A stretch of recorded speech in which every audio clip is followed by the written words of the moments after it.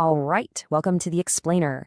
Today, we're digging into a text that tackles, well, one of the biggest questions you can possibly ask. What is the nature of the Almighty? And maybe even more importantly, how are we as people supposed to respond to something that's just so huge? So, right off the bat, the source material just throws us into the deep end. It asks this question that people have been wrestling with for centuries. When it asks if we can probe the limits of the Almighty, it's really setting the stage, isn't it? It's telling us from the get-go that we're talking about something that's fundamentally beyond what our minds can fully grasp. And to help us get a handle on this incredible scale, the text gives us this amazing visual. We're not talking about some king on a fancy chair here. This is a being whose throne is the entire heavens and whose footstool is the whole planet. That image just completely shifts your perspective, right? From thinking about earthly power to something truly cosmic. So how do you even begin to wrap your head around a being of this magnitude? Well, the text gives us a framework. It actually breaks down this massive idea into 7 key truths about God's character. So let's dive in and take a look. Okay, so here are the 7 attributes that the text lays out. And the idea is that when you put them all together, you start to get a fuller picture. We're going to go through them one by one, and we'll start with the most fundamental one of all, God as the creator. So this first truth, it's really the foundation for everything else we're going to talk about. The text says that God is the one, single, ultimate source of everything. And that means everything from, galaxies swirling out in deep space, all the way down to the very breath in your lungs. And check out how the text backs this up. The quote we see here, it's not some vague statement.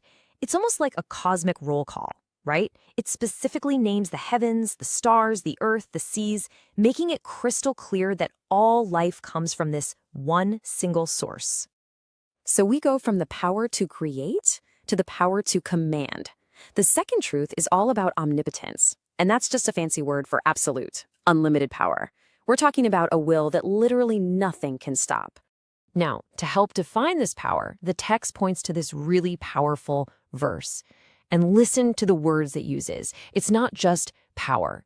It's also greatness, glory, majesty.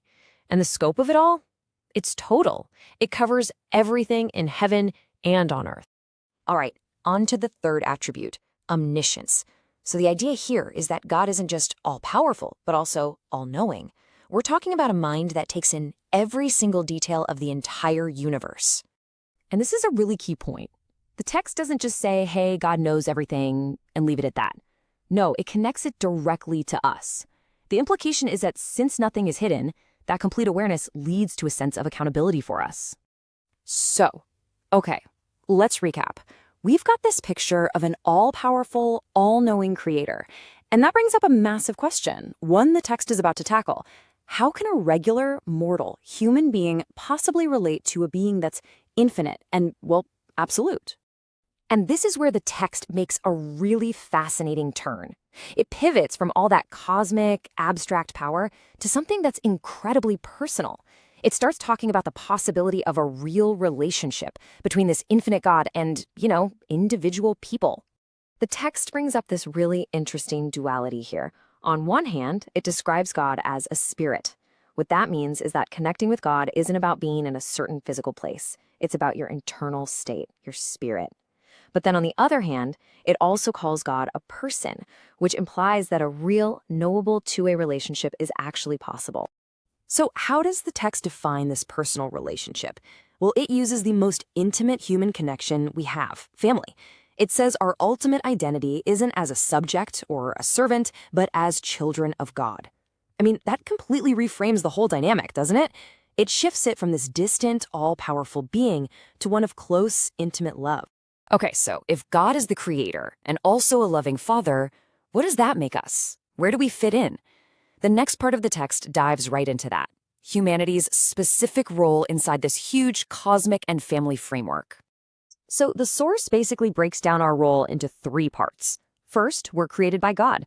Second, and this follows from the first, the text argues that because we're created, we are owned by our creator. And third, our ultimate purpose, our response, is to worship. Now, let's pause and dig into that idea of being owned for a second. And the text backs this idea up with a very direct quote. You are not your own. Now, that can be a pretty challenging statement to hear. But look at where it leads. This idea of ownership isn't presented as some kind of oppressive control. Instead, it's framed as the reason why you should honor God, which suggests a relationship built on purpose, not just on possession. So everything we've talked about so far, the nature of God, our role in creation, it's all been building up to a climax. See, the text isn't just laying out a bunch of facts for us. It's actually presenting a call to action. It's pushing us toward a decision. And to really drive this choice home, the text uses a powerful story from history. It's the story of Joshua leading the nation of Israel. I mean, think about it. They've just spent 40 years wandering in the desert. They are right on the edge of a completely new beginning. It's this moment of huge, profound change, the absolute perfect setup for a life-altering decision. And this is where Joshua issues his famous challenge. He doesn't just command them what to do.